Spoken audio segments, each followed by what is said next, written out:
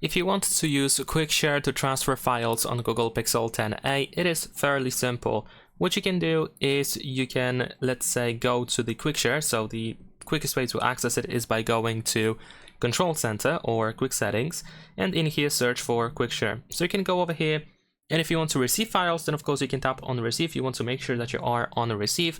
And then if you are in here, you are temporarily visible to everyone, so you don't have to go through different settings to adjust the visibility and so on and so forth.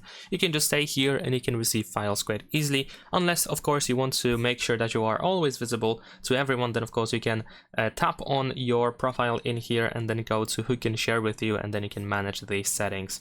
Besides that, if you want to send something, then of course we can switch to Send at the bottom.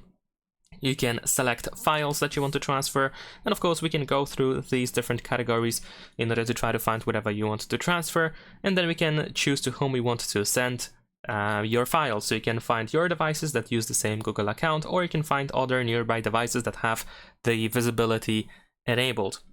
And we can also use a QR code in here in the upper right corner if needed. However, the selection of files from here can be quite annoying to use. I don't like it personally, so it might be better to use, for example, the Files app that we have in the app drawer.